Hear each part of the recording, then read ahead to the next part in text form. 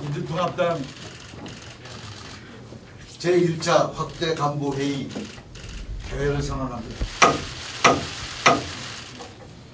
먼저 문희상 비상대책위원장의 인사 말씀이 있겠습니다. 민주당 비상대책위원회 출범 이후에 첫 확대 간부회의입니다. 그저께 비상대책위원회에서 전략기획 홍보 분야에 추가로 신임 당직자 인선을 완결했습니다. 새로 선임된 분들은 물론 유임 당직자 모두 기상한 시기에 막중한 책임을 맡았다는 사실을 명심해 주시기 바랍니다. 여기 모인 여러분들이 바로 민주당 혁신의 희수이자 선봉장입니다. 사직성의 각오로 끝까지 전력 투구하실 것을 기대합니다. 어제 대선평가위원회와 정치혁신위원회가 합치를 올렸습니다. 60년 전통야당 민주당의 100년 사회 역사가 시작된 것입니다. 대선 패배에 대한 처절한 반성과 성찰을 바탕으로 민주당은 이제 3대 혁신 대장정에 돌입했습니다. 첫째는 대선 평가위원회를 통한 냉철한 과거의 평가. 둘째는 정치혁신위원회를 통한 든든한 미래의 설계. 그리고 셋째는 전준위를 통한 획기적 혁신 행동. 이것이 바로 그것입니다. 우리는 지금 더 이상 물러날 데가 없는 천길 벼랑 끝에 서 있습니다. 혁신만이 살 길입니다. 국회의 허물을 벗지 않으면 살아남지 못합니다. 비대위는 대선평가위원회와 정치혁신위원회의 전권을 위임했습니다. 민주당 혁신과 새 정치 실현의 100년 청사진을 준비해서 마련해 주시기를 바랍니다. 비대위는 2개 위원회의 제안에 토달지 않겠습니다. 반드시 몸으로 실천하겠습니다. 저는 박근혜 정부의 성공을 바란다고 누차 말씀드렸습니다. 그래서 오늘 박근혜 당선인께 몇 가지 당부합니다. 이동욱 헌법재판소장 후보자는 인사청문회에서 드러난 바와 같이 국민들로부터 자격미달 부적격자로 판명받은 바 있습니다. 인사청문회 제도가 도입된 것은 우리 사회가 축적한 법과 도덕적 가치를 토대로 해서 고위공직자를 검증하기 위한 것입니다. 특히 이번 헌법재판소 소장은 우리 사회의 헌법적 가치를 대변한다는 측면에서 이동욱 후보자가 사회 일반 상식에서 벗어난 편향된 가치와 입장을 갖고 있기 때문에 더욱 우려됩니다. 따라서 박근혜 당선자께서는 이명박 대통령께 임명 철회를 건의해 주시기를 바랍니다. 이것이 민심이라고 생각합니다. 국민의 뜻을 따르는 것이 박근혜 정부가 성공하는 첫 단추이자 국민의 신뢰를 얻는 지름길임을 명심하시기를 바랍니다. 23일 UN 안전보장이사회에서 북한 장거리 미사일 발사에 대한 대북 제재 결의안을 채택했습니다. 북한은 이에 반발해서 비핵화 대화 중단과 함께 핵 억제력 강화 및 추가적 장거리 로켓 및 발사를 계속하겠다는 입장을 발표했습니다. 추가적 위험을 초래하는 북한의 행위에 대해서는 강력하게 반대합니다. 북한은 새롭게 출발하는 한국과 미국 정부와 대화를 통해서 한반도와 동북아 지역의 평화와 안정에 협력해야 한다고 생각합니다. 박근혜 당선인도 한반도 평화와 남북관계 개선을 위한 보다 적극적이고 선제적인 조치를 위해 노력해 주실 것을 간구드립니다. 이상입니다.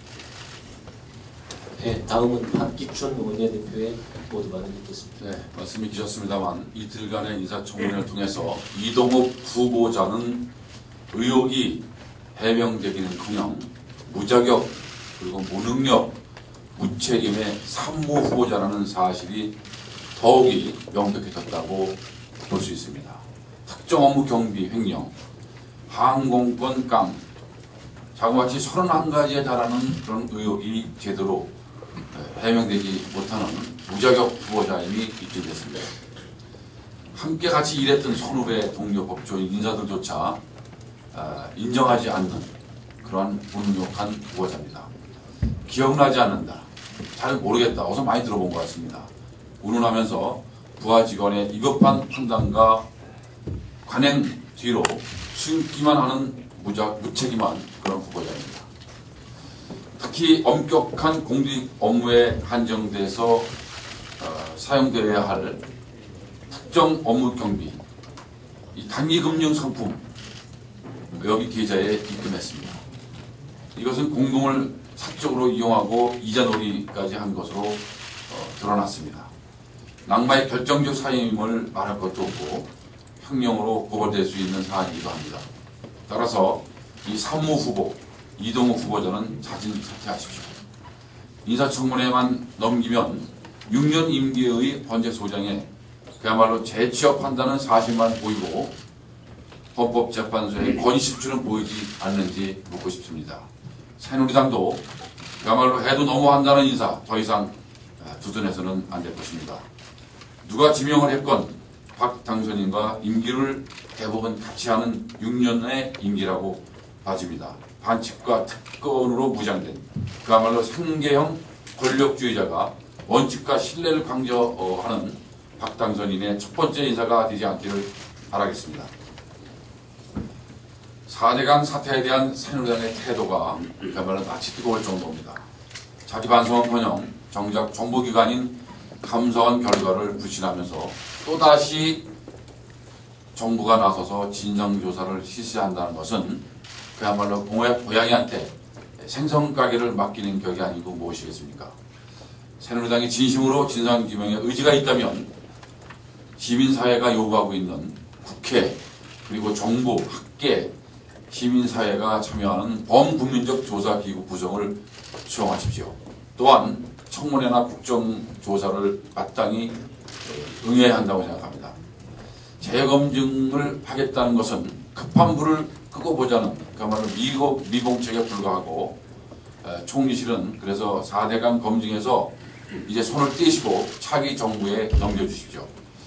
대선 후보 3자 토론에서 박근혜 대표가 당선자가 한 말이 있습니다. 4대강 조사위원회를 구성해서 근본적 대책을 강구하겠다 이렇게 공약을 했습니다. 반드시 지켜지기를 바랍니다. 감사원 감사를 평가절하하는 태도는 국민을 우롱하는 것입니다. 정부 여당은 책임있는 자세를 보이십시오. 4대강 사업에 대해 전면적인 재조사를 통한 이명박 정부의 과정과 왜곡, 편법, 날치기 이런 모든 실체를 밝히는 것은 국민을 대변하는 우리 야당의 의무라고 생각합니다. 국민과 함께 청문회는 물론이고 국정조사를 추진하겠습니다. 감사합니다. 네, 다음은 서론 비상대책위원회 발언이 있겠습니다. 예, 원내대표의 말씀에 이어서 이동욱 헌재 소장 청문회가 어제로 끝났습니다. 그런데 이 청문회에 대해서 이한구 새누리당 원내대표가 여러 가지 말씀을 한 게 있는데 이게 좀 정도를 넘어서 묵과할 수 없는 얘기들이 쏟아져 나왔습니다.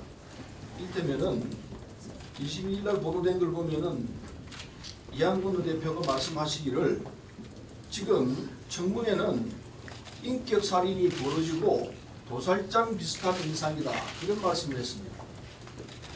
청문회가 도살장 비슷하다면은 그러면은 이동욱 이 후보자는 뭔가 소내십니까? 어떻게 이렇게 함부로 말씀을 하시는지 참 이해가 잘 안 됩니다. 그리고 또 하신 말씀이 품위 없는 국회의원들의 모습을 민주당 의원 중에 몇 분이 보이고 하니 뭐 이런 말씀을 하셨습니다. 아니 인격 살인이 벌어지고 도살장 비슷한 인상이라는 이 말씀이 품위 없는 말씀 아니겠습니까? 이한구 대표가 자신은 품위가 있는 말을 했는지 모르지만 국민들이 볼 때 이렇게 도살장 비슷한 인상이 든다는 말씀을 하면은 그거 자체가 품위 없는 표본일 거라 생각합니다. 본인 자신이 품위 없는 말씀을 하시면서 청문회가 마치 이렇게 잘못 진행되는 것처럼 그거에 가까운 말씀을 하는 것은 이건 여당의 원내대표로 할 수 있는 말씀이 아니다. 그 말씀을 지적을 하겠습니다. 그뿐만이 아닙니다. 쌍용차 국정조사 관련한 문제에서도 쌍용차 국정조사는 박근혜 당선자가 공약했던 사안입니다. 그렇다면은 여러 가지 문제가 있더라도 여당 원내대표 입장에서는 이걸 관철하도록 하는 것이 국민에 대한 도리이고 당선자를 잘 보필하는 자세일 거라 생각합니다. 근데 쌍용차 경영 경상화를 통해 일자리를 줄 수 있는 능력을 키우는 것이 가장 중요한데 국정조사는 거기에 역행한다. 국정조사 안 하겠다는 이야기입니다. 이건 바로 공약의 정면으로 저항하겠다는 뜻밖에 안 된다고 보입니다. 이게 박근혜 당선자 입장과 이한구 원내대표의 입장이 서로 조율해서 나온 건지 아니면은 이한구 대표의 일방적인 생각인지 이걸 좀 분명히 할 필요가 있습니다. 박근혜 당선자가 이한구 원내대표의 뜻대로 하겠다 그러면은 정면으로 대국민 공약을 거부하겠다는 뜻밖에 해석할 수가 없습니다. 그렇지 않다면은 박근혜 당선자와 이한구 대표의 뜻이 다르다면은 같은지 다른지 그걸 당선자가 밝힐 필요가 있습니다. 다르다면은 이한구 대표에 대해서 적절한 조치를 취할 필요가 있다 생각합니다.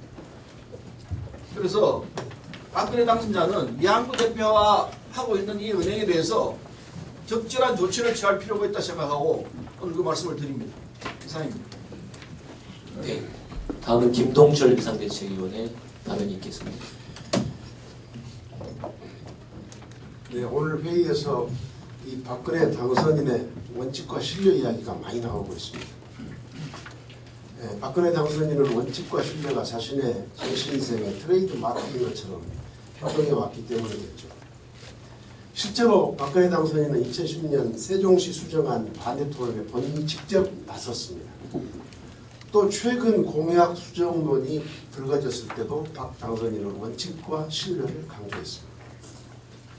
그런데 박근혜 인수위에서 호남 고속철 사업의 구체성이 결여된 사업이다. 사업 타당성을 재검토할 수 있다는 입장이 흘러나오고 있습니다. 호남 고속철 사업이 어떤 사업입니까? 국토의 대동맥이고 국가 균형 발전의 상징적 사업입니다. 그래서 노무현 대통령 때 기본계획이 확정돼서 심지어는 이명박 대통령조차도 2012년 완공을 공약했던 사업입니다. 그래 늦어져서 이제 2014년에 완공이 된다 해도 경부선 1단계 대구 구간에 비하면 10년이 늦고 2단계 부산에 비해서도 4년이나 늦게 됩니다.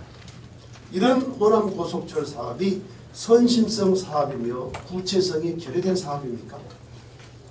아니 호남 고속철 사업을 일반철도 호남선 복선화처럼 경부선 복선화가 1944년에 완성이 되고 호남선 복선화가 92년에 완성이 돼서 무려 58년이 늦었는데 호남 고속철 사업도 호남선 복선화처럼 수십 년 늦게 하겠다는 그런 뜻입니까?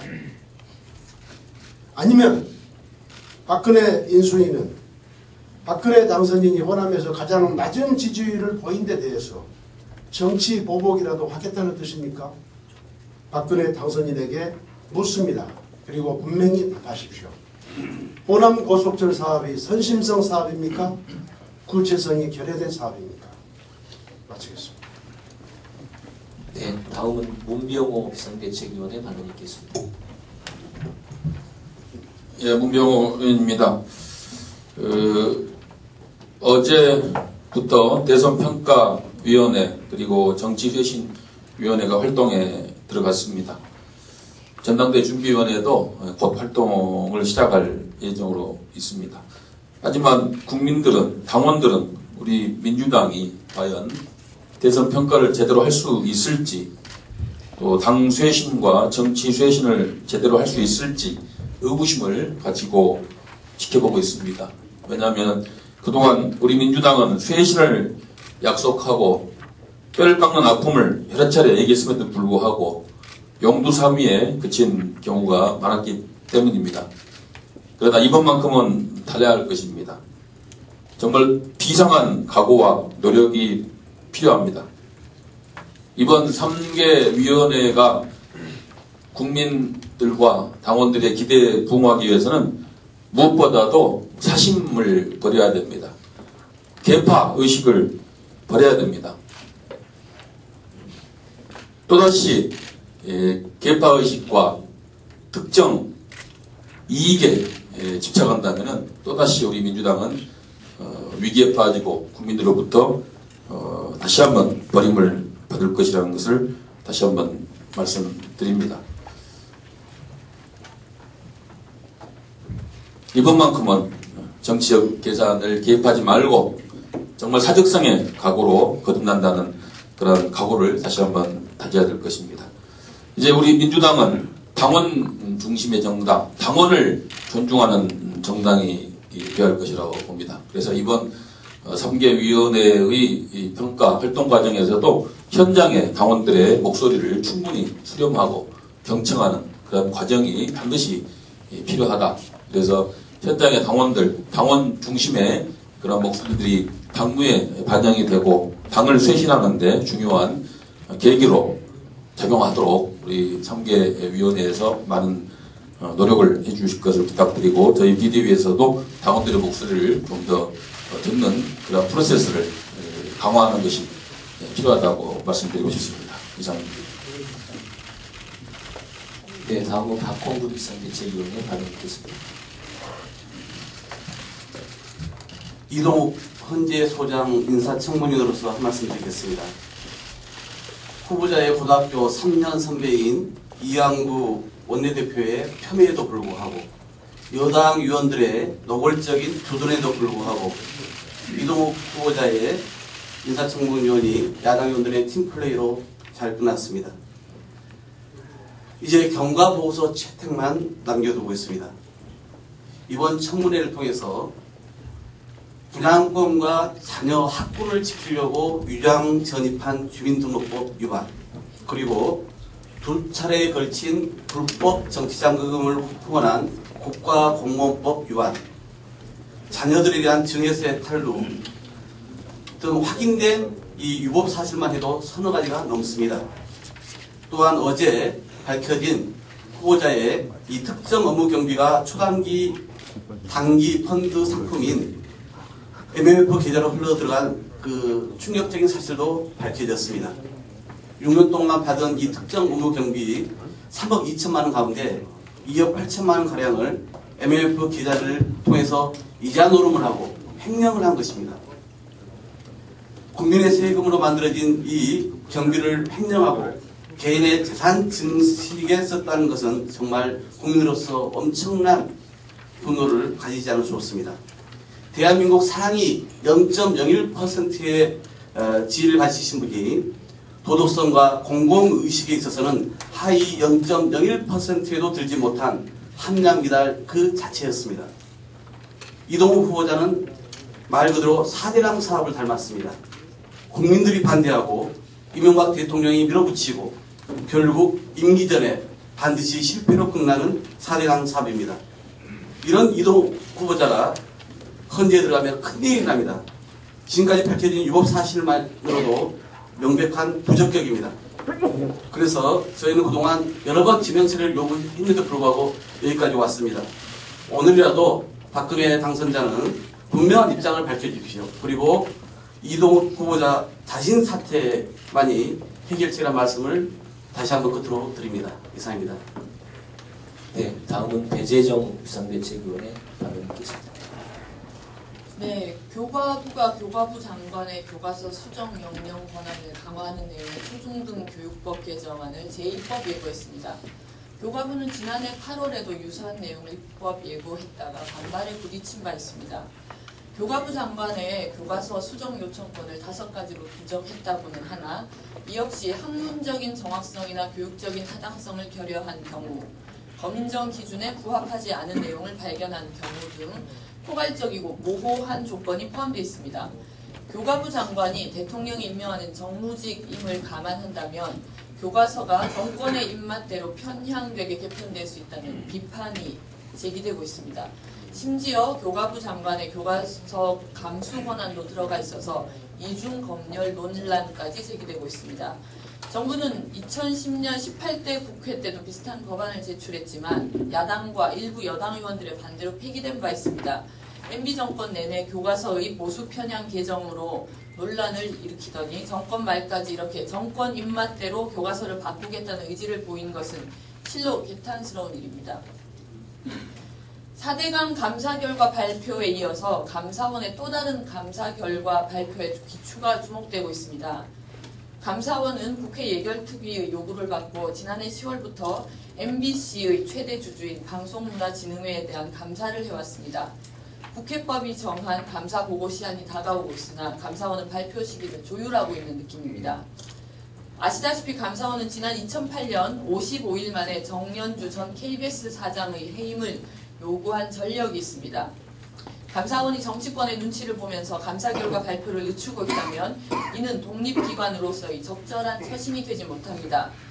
배임 횡령, 부실 경영 등 갖은 의혹을 받고 퇴직자 등 징계자를 양산시키면서 공영방송 MBC의 위상을 추락시켜온 김재철 사장 문제 이제는 해결해야 합니다.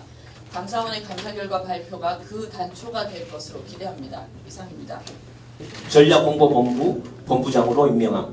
2013년 1월 18일 민주통합당 비상대책위원장 문희상.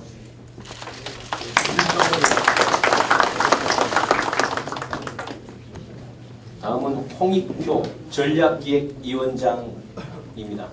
내용은 같습니다.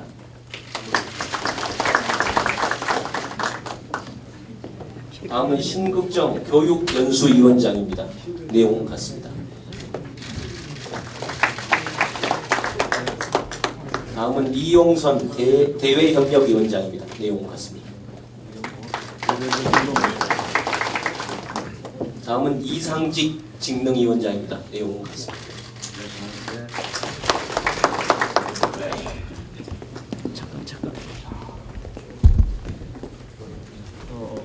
다음은 이재한 국제위원장입니다. 내용은 같습니다. 다음은 양윤영 민원실장입니다. 내용은 같습니다. 이상입니다.